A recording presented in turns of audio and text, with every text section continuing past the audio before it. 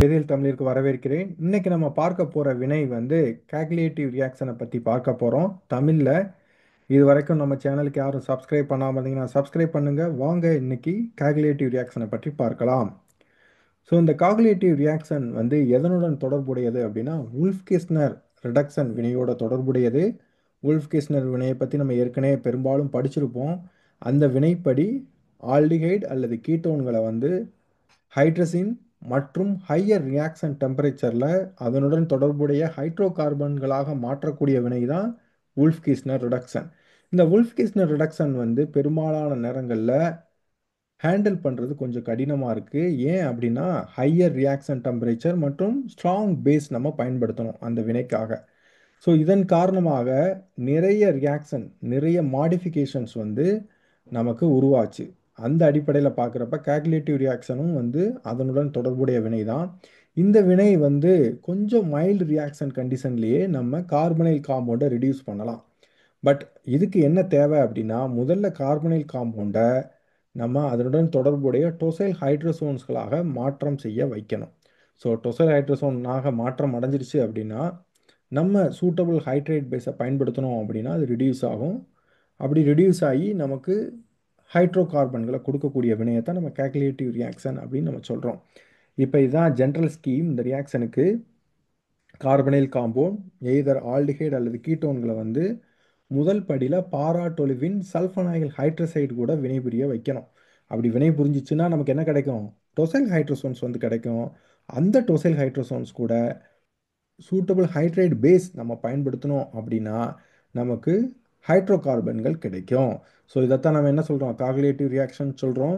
என்னென்ன ஹைட்ரேட் பேஸ்லாம் பயன்படுத்தலாம் அப்படின்னா diborane, lithium hydride, sodium borohydride, lithium aluminium hydride, sodium cyanoborohydride மற்றும் கேட்டிகால் போரேனை வந்து இதற்காக நம்ம பயன்படுத்தலாம். சரி, இந்த வினையோட மெக்கானிசம் என்னன்னு சொல்லி பார்க்கலாம்.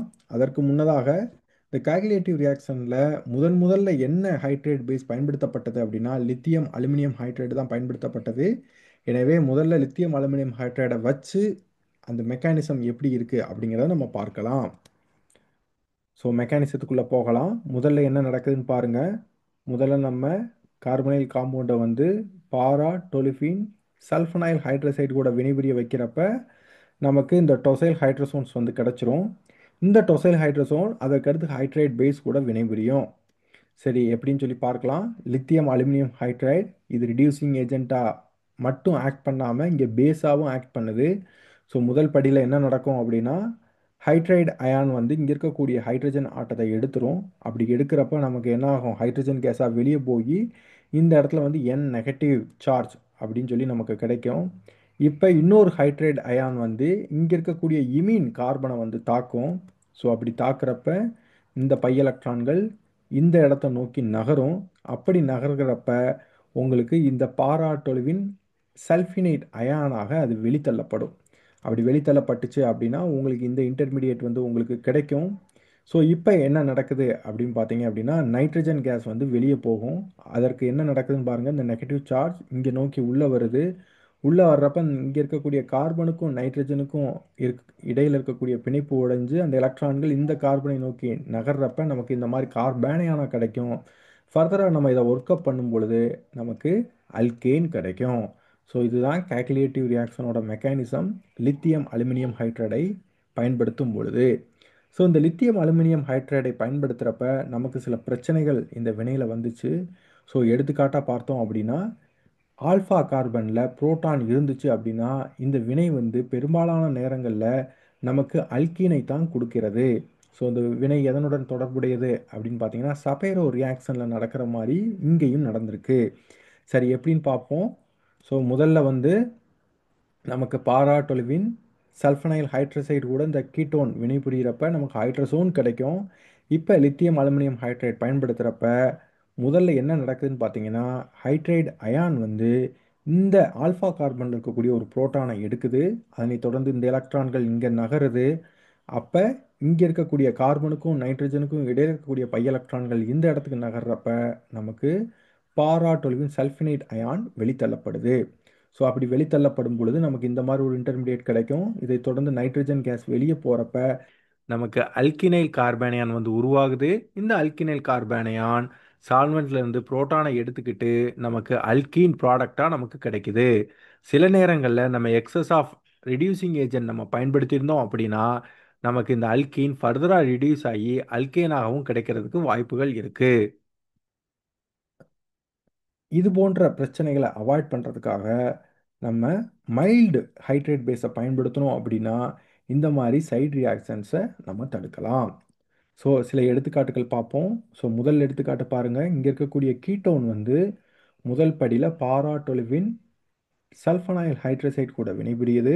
அப்படி வினைபுரியறப்ப நம்ம ஹைட்ரோசோன் கிடைக்கும். லித்தியம் அலுமினியம் ஹைட்ரைட் பயன்படுத்துகிறப்ப அந்த ஹைட்ரோசோன் வந்து ரிடியூஸ் ஆகி நமக்கு அல்கேன் கிடைக்குது. ஸோ இது அடுத்த வினை. ஸோ இந்த எடுத்துக்காட்டில் பார்த்தீங்க அப்படின்னா டைபால் ஹச் பயன்படுத்தியிருக்காங்க. ஸோ இங்கே டைபால் ஹச் வந்து ஹைட்ரேட் சோர்ஸாக பயன்படுது. ஸோ இப்போ பார்த்தீங்க அப்படின்னா இங்கே இருக்கக்கூடிய ஹைட்ரஜன் ரிடியூஸ் ஆகி நமக்கு அல்கேன் வந்து நமக்கு கிடைக்குது. இது அடுத்த வினை. இந்த வினையில் பார்த்தீங்க அப்படின்னா இந்த கீட்டோன் வந்து முதல் படியில் பாராட்டொல்வின் சல்ஃபனைல் ஹைட்ரசைடு எத்தனால் மற்றும் ரிஃப்ளெக்ஸ் கண்டிஷனில் முதல்ல ஹைட்ரோசோன் வந்து கிடைக்கும். அந்த ஹைட்ரோசோன் சோடியம் போரோஹைட்ரேட் பயன்படுத்துகிறப்ப ரிடியூஸ் ஆகி நமக்கு அல்கேன் வந்து கிடைக்கும். ஸோ இது அடுத்த எடுத்துக்காட்டு. இந்த எடுத்துக்காட்டில் பார்த்தீங்க அப்படின்னா இந்த tosyl hydrazone lithium aluminium hydrate பயன்படுத்துகிறப்ப அதனுடன் தொடர்புடைய அல்கேனாக மாற்றம் அடைஞ்சிருக்கு. அடுத்து நம்ம என்ன பார்க்க போகிறோம் அப்படின்னா இந்த காகுலேட்டிவ் ரியாக்ஷனில் ஆல்ஃபா பீட்டா அன்சாச்சுரேட்டட் கீட்டோன் பயன்படுத்துகிறப்ப எந்த மாதிரி வினை நடக்குது அப்படிங்கிறத நம்ம பார்க்கலாம். இப்போ எடுத்துக்காட்டா இந்த வினையை எடுத்துக்கிட்டிங்க அப்படின்னா இப்போ ஆல்ஃபா பீட்டா அன்சாச்சுரேட்டட் கீட்டோன் முதல் படியில் பாராட்டொலுவின் சல்ஃபனைல் ஹைட்ரசைட் கூட வினைகிறப்ப நமக்கு டொசைல் ஹைட்ரோசோன் கிடைக்குது. இந்த டொசைல் ஹைட்ரோசோன் வந்து நம்ம ஹைட்ரைடு பேஸ் பயன்படுத்துகிறப்ப நமக்கு அல்கீன் டிரான்ஸ்பொசிஷன் ஆன ப்ராடக்ட் வந்து நமக்கு கிடைக்குது. அதாவது இன்னொரு அல்கீன் வந்து நமக்கு கிடைக்குது. சரி, இதோட மெக்கானிசம் எப்படின்னு சொல்லி பார்க்கலாம். ஸோ முதல்ல என்ன நடக்குதுன்னு பாருங்கள். ஸோ முதல்ல ஹைட்ரைடு அயான். இந்த ஹைட்ரைடு அயான் எங்கேருந்து வரும் அப்படின்னா ஹைட்ரைட் பேஸ்லேருந்து வரும். இந்த ஹைட்ரைடு அயான் வந்து நேரடியாக இங்கே இருக்கக்கூடிய இமீன் கார்பனை வந்து தாக்குது.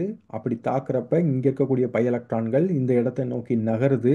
அப்படி நகரும்போது மீடியத்துலேருந்து ஒரு ஹச் ப்ளஸ்ஸை வந்து அது எடுத்துக்கிடுது. அப்படி எடுக்கிறப்ப நமக்கு இந்த இன்டர்மீடியேட் வந்து நமக்கு கிடைக்கும். ஸோ இதன் பிறகு என்ன நடக்கும் அப்படின்னா பாராட்டொலுவின் சல்ஃபினிக் ஆசிட் வந்து வெளித்தள்ளப்படும். எப்படின்னு பார்த்தீங்க அப்படின்னா இந்த எலக்ட்ரான்கள் இங்கே நோக்கி நகரும். அதே வேளையில் இங்கே இருக்கக்கூடிய பாராட்டொலுவின் சல்ஃபினேட் குரூப் வந்து வெளித்தள்ளப்படும். ஸோ இதனோட முடிவில் பாராட்டொலுவின் சல்ஃபினிக் ஆசிட் வெளியே போய் உங்களுக்கு இந்த டயசைன் இன்டர்மீடியேட் வந்து உருவாகும். ஸோ இதன் பிறகு இங்கே என்ன நடக்கும் அப்படின்னா உங்களுக்கு 1,5 சிக்மாட்ரோபிக் ரீஅரேஞ்ச்மெண்ட் வந்து உங்களுக்கு நடக்கும். ஸோ அதன்படி இந்த ஹைட்ரஜன் ஆட்டம் வந்து இங்கே இருக்கக்கூடிய கார்பனை நோக்கி நகரும். அதாவது எலக்ட்ரான்களை எடுத்துக்கொண்டு நகரும். அதே வேளையில் இங்கே இருக்கக்கூடிய பை எலக்ட்ரான் வந்து இந்த கார்பனை நோக்கி நகரும். இப்போ கார்பனுக்கும் நைட்ரஜனுக்கும் இடையில் இருக்கக்கூடிய பிணைப்பில் இருக்கக்கூடிய எலக்ட்ரான்கள் இங்கே நோக்கி நகர்றப்ப நைட்ரஜன் கேஸாக வெளித்தள்ளப்பட்டு நமக்கு அல்கீன் ப்ராடக்ட் வந்து நமக்கு கிடைக்கும். ஸோ இங்கே என்ன நடந்திருக்கு? அல்கீன் வந்து டிரான்ஸ்பொசிஷன் ஆகிருக்கு. அதாவது அல்கீன் வந்து இங்கே இருக்கக்கூடிய அல்கீன் வந்து இப்போ இந்த கார்பனை நோக்கி நகர்ந்திருக்கு. முன்னாடி பார்த்த மாதிரி இந்த வினையிலையும் சில பிரச்சனைகள் இருந்திருக்கு. என்ன பிரச்சனைகள் அப்படின்னா இந்த வினை வந்து காகுலேட்டிவ் ரியாக்ஷன் கண்டிஷன் படி பெரும்பாலான நேரங்களில் நமக்கு பேசிக் கண்டிஷனில் தான் இந்த வினை நடக்குது. ஸோ அப்படி பேசிக் கண்டிஷனில் நடக்கிறப்ப சில வேளைகளில் நமக்கு எக்ஸ்பெக்ட் பண்ணக்கூடிய அல்கீன் டிரான்ஸ்பொசிஷனான ப்ராடக்ட் கிடைக்காம இதை மாதிரி சப்ஸ்டியூஷனான ப்ராடக்ட் வந்து கிடைக்குது. அதே வேளையில் குறிப்பாக நம்ம சொல்ல போனோம் அப்படின்னா அரோமேட்டிக் கீட்டோன் ஆர் ஆல்டிஹைட் நம்ம இந்த வினைக்காக பயன்படுத்துகிறப்ப சில நேரங்களில் நமக்கு இந்த மாதிரி சைக்ளோஎடிசன் ஆன ப்ராடக்ட் வந்து நமக்கு கிடைக்குது. அதாவது பைரசோல் வந்து நமக்கு சைடு ப்ராடக்டாக கிடைக்குது. ஸோ இந்த மாதிரி பிரச்சனைகளை அவாய்ட் பண்ணுறதுக்காக நமக்கு வந்து ஹட்சின்ஸ் வந்து சில மாடிஃபிகேஷன் இந்த கண்டிஷனில் பண்ணார். ஸோ ஹட்சின்ஸ் மாடிஃபிகேஷன் படி என்ன அப்படின்னு பார்த்தீங்கன்னா இந்த வினையை மைல்டு ரிடியூசிங் பேஸ் அதாவது சோடியம் சைனோபோரோஹைட்ரைட் மற்றும் அசிட்டிக் கண்டிஷனில் இந்த வினையை நடத்துகிறப்ப முன்னாடி பார்த்த எந்த விதமான சைடு ப்ராடக்ட்டும் நமக்கு கிடைக்கிறது இல்லை. ஸோ இதைத்தான் நம்ம ஹட்சின்ஸ் மாடிஃபிகேஷன் அப்படின்னு சொல்கிறோம். இந்த ஹட்சின்ஸ் மாடிஃபிகேஷன் படி நமக்கு தேவை என்னன்னா ஒரு ஆசிட் வந்து இந்த வினைக்காக தேவை மற்றும் சோடியம் சைனோபோரோஹைட்ரேட் அதாவது மைல்டு ரிடியூசிங் ஏஜென்ட் இதற்காக தேவை. ஸோ இங்கே வந்து பார்த்தீங்கன்னா டிஎம் ஆஃப் சல்ஃபலோன் கொடுத்துருக்காங்க. இந்த டிஎம் ஆஃப் சல்ஃபலோன் வந்து ஒரு சால்வெண்ட்டாக ஆக்ட் பண்ணுது. அந்த மிக்சர் வந்து சால்வெண்ட்டாக ஆக்ட் பண்ணுது. ஸோ முதல்ல என்ன நடக்கும் அப்படின்னா இது அசிட்டிக் கண்டிஷனில் இருக்கனால இங்கே இருக்கக்கூடிய நைட்ரஜனில் முதல்ல புரோட்டான் ஏற்றம் நடக்குது. அப்படி புரோட்டான் ஏற்றம் நடந்துச்சுன்னா இந்த இன்டர்மீடியேட் வந்து நமக்கு கிடைக்கும். ஸோ இதன் பிறகு சோடியம் சயனோபோரோஹைட்ரேட்லேருந்து ஒரு ஹைட்ரைடு அயான் வந்து இங்கே இருக்கக்கூடிய இமீனியம் கார்பனை வந்து தாக்குது. ஸோ அப்படி தாக்குறப்ப இந்த பை எலக்ட்ரான்கள் நைட்ரஜனை நோக்கி நகர்றப்ப நமக்கு இந்த இன்டர்மீடியேட் கிடைக்கும். ஸோ இப்போ நம்ம முன்னாடி நம்ம பார்த்தோம்ல மெக்கானிசம் பார்த்தோம்ல அதே மாதிரியே தான் நடக்கும். இங்கே என்ன நடக்கும் அப்படின்னா பாராடோல்வின் சல்ஃபனிக் ஆசிட் வந்து வெளித்தள்ளப்படுறது. அப்படி வெளித்தள்ளப்படும் போது நமக்கு இந்த டயசின் இன்டர்மீடியேட் கிடைக்கும். இந்த டயசின் இன்டர்மீடியேட் அதற்கு அடுத்ததாக 1,5 சிக்மாட்ரோபிக் ரீஅரேஞ்ச்மெண்ட்டில் ஈடுபட்டு நமக்கு அல்கீன் டிரான்ஸ்பொசிஷன் ஆன ப்ராடக்ட் வந்து நமக்கு கிடைக்குது. ஸோ தான் நம்ம என்ன சொல்கிறோம் அப்படின்னா ஹட்சின்ஸ் மாடிஃபிகேஷன் அப்படின்னு சொல்கிறோம். இதுக்கு சில எடுத்துக்காட்டுகள் பார்ப்போம். ஸோ முதல் எடுத்துக்காட்டு பாருங்கள். இந்த கீட்டோன் முதல் படியில் பாராடொலுவின் ஃபினைல் சல்ஃபனைல் ஹைட்ரசைடு கூட அசிட்டிக் கண்டிஷனில் வினைபுரியுது. அப்படி வினைபுரியறப்ப நமக்கு ஹைட்ரசோன் டெரிவேட்டிவ் வந்து கிடைக்கும்.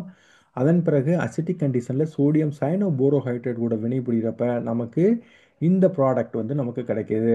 அதாவது என்ன நடந்திருக்கு இங்கே அல்கீன் டிரான்ஸ்பொசிஷன் ஆயிருக்கு.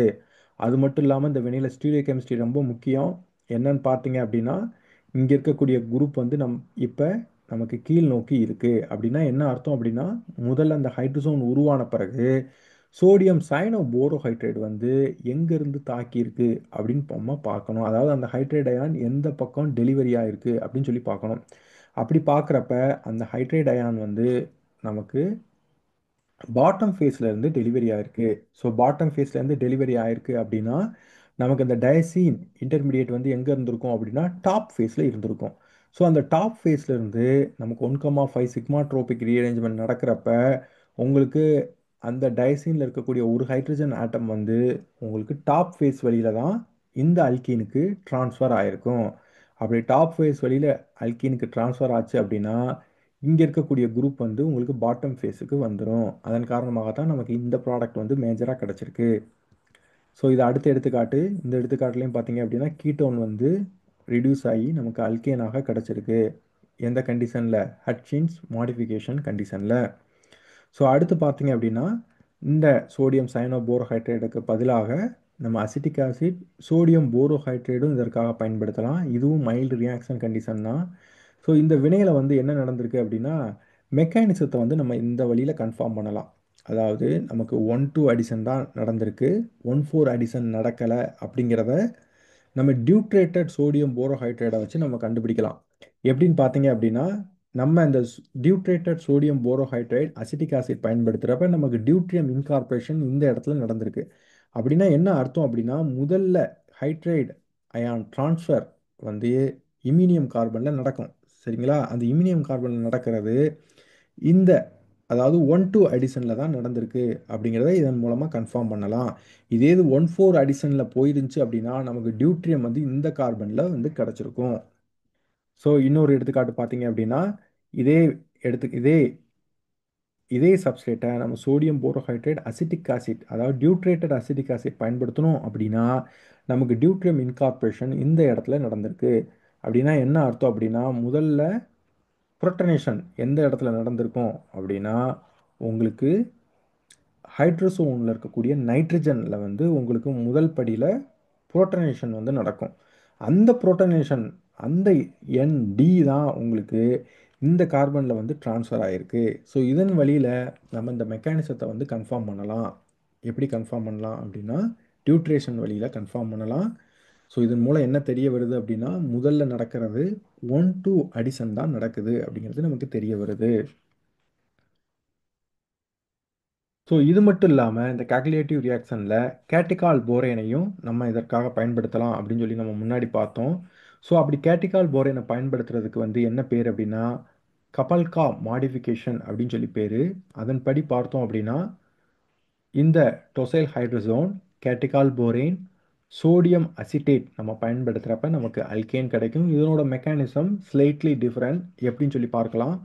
முதல்ல வந்து பாருங்கள் இந்த டொசைல் ஹைட்ரசோன் கேட்டிகால் போரேன் கூட வினைபுரியும். ஸோ இங்கே என்ன நடக்கும் பார்த்தீங்கன்னா, முதல் படியில் ஹைட்ரோபோரேஷன் வினை வந்து நடக்கும். எங்கே நடக்கும் அப்படின்னா, இந்த இமீனில் வந்து ஹைட்ரோபோரேஷன் வினை வந்து நடக்கும். ஸோ அதன்படி பார்க்குறப்ப ஹைட்ரோபோரேஷன் வந்து இந்த மாதிரி நடக்கும்.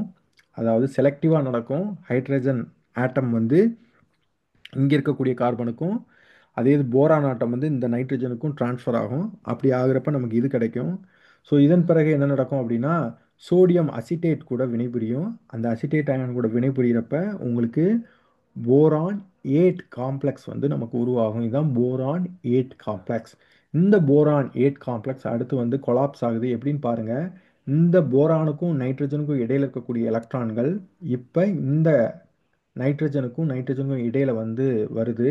அதன் பிறகு இங்கே பாராட்டொலுவின் சல்ஃபனேட் அயான் வெளித்தள்ளப்படுது.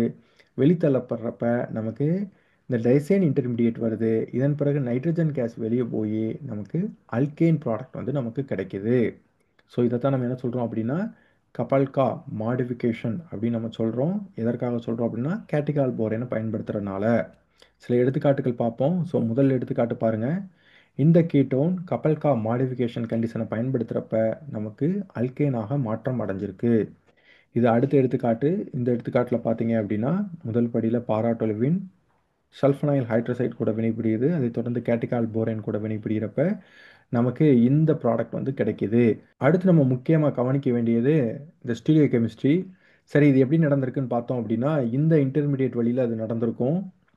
அதாவது முதல் படியில் கேட்டிகால் போரேன் கூட வினைபுரியும்ல, அந்த கேட்டிகால் போரேனில் வினைபுரியறப்ப அந்த ஹைட்ரஜன் ஆட்டம் வந்து உங்களுக்கு பாட்டம் ஃபேஸ் வழியில் தாக்குதல் நடந்திருக்கும். என்ன காரணம் அப்படின்னா, இங்கே பாருங்கள், டாப் ஃபேஸ் ஃபுல்லாக ஸ்டெரிக்கலி க்ரௌடிங்காக இருக்கனால, ஸோ இந்த முதல்ல இந்த கேட்டிகால் போரேன் அடிஷன் வந்து உங்களுக்கு எப்படி நடந்திருக்கும், பாட்டம் ஃபேஸில் நடந்திருக்கும் அந்த ஹைட்ரஜன் ஆட்டம் ட்ரான்ஸ்ஃபர்.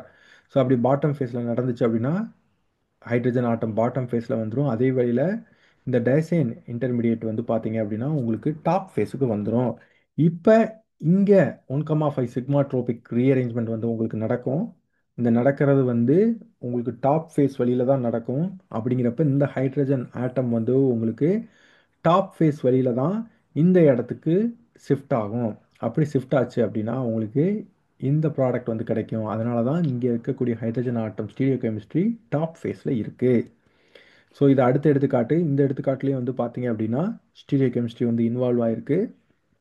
ஸோ நம்ம முதல் படியில் பாராட்டொலுவின் சல்ஃபனைல் ஹைட்ரசைட் மற்றும் டைட்டானியம் லூயிஸ் ஆசிட் பயன்படுத்துகிறாங்க அந்த ஹைட்ரசோன் டொசைல் ஹைட்ரசோன் உருவாகிறதுக்கு. அதனைத் தொடர்ந்து கேட்டிகால் போரேன் மற்றும் சோடியம் அசிட்டேட் பயன்படுத்துகிறப்ப நமக்கு அல்கீன் டிரான்ஸ்பொசிஷன் ஆன இந்த ப்ராடக்ட் வந்து நமக்கு கிடைக்குது. இந்த வினையோட முடிவுக்கு நம்ம வந்துட்டோம். இன்றைக்கி நம்ம என்னென்ன பார்த்துருக்கோம் அப்படின்னா, கேகுலேட்டிவ் ரியாக்ஷன்னா என்ன அப்படின்னு சொல்லி பார்த்துருக்கோம். கேகுலேட்டிவ் ரியாக்ஷனில் 2 மாடிஃபிகேஷன் வந்து பண்ணியிருக்காங்க. ஒன்று வந்து ஹட்சின்ஸ் மாடிஃபிகேஷன், இன்னொன்று வந்து கபல்கா மாடிஃபிகேஷன். ஸோ இந்த மாதிரி 2 மாடிஃபிகேஷனில் இந்த வினையை வந்து இன்னும் மைல்டல் ரியாக்ஷன் கண்டிஷன்லேயே நம்ம டொசைல் ஹைட்ரசோனை வந்து ரிடியூஸ் பண்ணி அதனுடன் தொடர்புடைய ஹைட்ரோ கார்பன்களாக நம்ம மாற்றலாம். ஸோ இங்கே சில ப்ராக்டிஸ் ப்ராப்ளம்லாம் நான் கொடுத்துருக்கேன். உங்களோட ஓய்வு நேரத்தில் இதை முயற்சி செஞ்சு பாருங்கள். உங்களுக்கு இந்த காகுலேட்டிவ் ரியாக்ஷனை பற்றி ஏதாவது சந்தேகம் இருந்துருச்சு அப்படின்னா நீங்கள் கமெண்ட் செக்ஷனில் பதிவு பண்ணுங்கள். உங்களுக்கு இந்த விரிவுரை பிடிச்சிருந்துச்சு அப்படின்னா லைக் பண்ணுங்கள், ஷேர் பண்ணுங்கள், கமெண்ட் பண்ணுங்கள். இது போன்ற ரியாக்ஷன்ஸ் அடிக்கடி நீங்கள் பார்க்கணும் அப்படின்னா வேதியியல் தமிழுக்கு சப்ஸ்கிரைப் பண்ணுங்கள். மீண்டும் இன்னொரு வினையில் சந்திக்கும் வரை நன்றி நண்பர்களே.